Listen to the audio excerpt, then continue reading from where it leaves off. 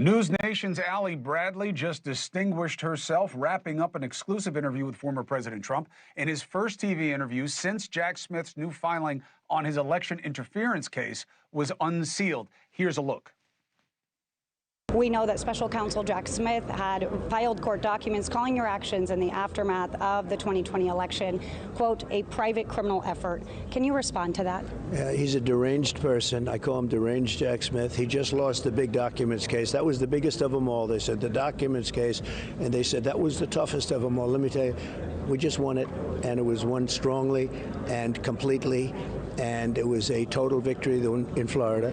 And he is a person who is trying, and he works for Kamala and he works for Joe. This was a weaponization of government, and that's why it was released 30 days before the election. And it's nothing new in there, by the way, nothing new. They rigged the election. I didn't rig the election. They should have never allowed the information to come before the public.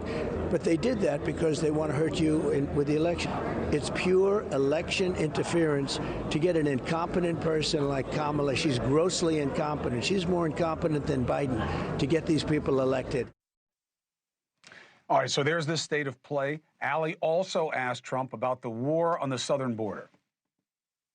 We have seen the Mexican cartel and we have seen smugglers targeting American law enforcement with weapons and with their tactics right now. For example, I just reported on 4 RPGs and 8 IEDs found in a Mexican scout site on the other side of the border in the Tucson sector. And then today we're talking about the Mexican cartels using drone jammers to intercept our drone capabilities and our surveillance technology. So how do you counter that? How do you keep American law enforcement safe and our border patrol safe?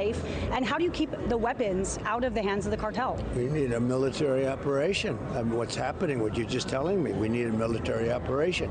These people have become military. They're very rich. They have a lot of money. They're among the richest people probably in the world.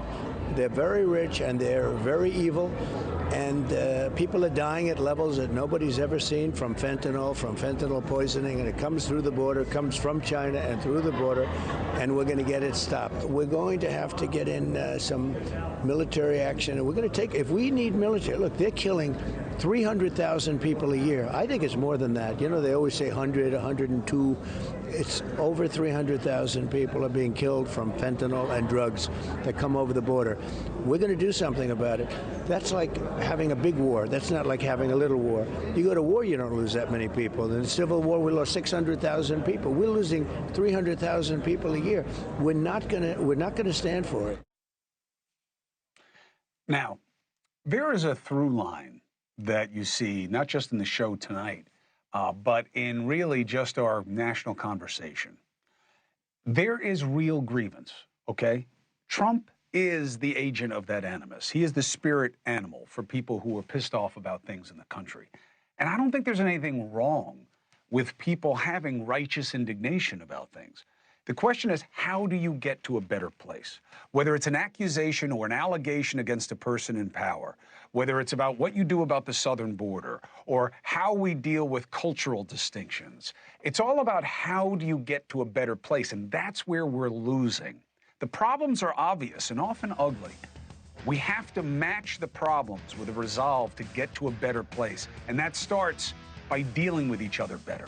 Hey, thanks for watching. Go to joinnn.com to find NewsNation on your screen. And don't forget, click the red subscribe button below to get more of NewsNation's fact-driven, unbiased coverage.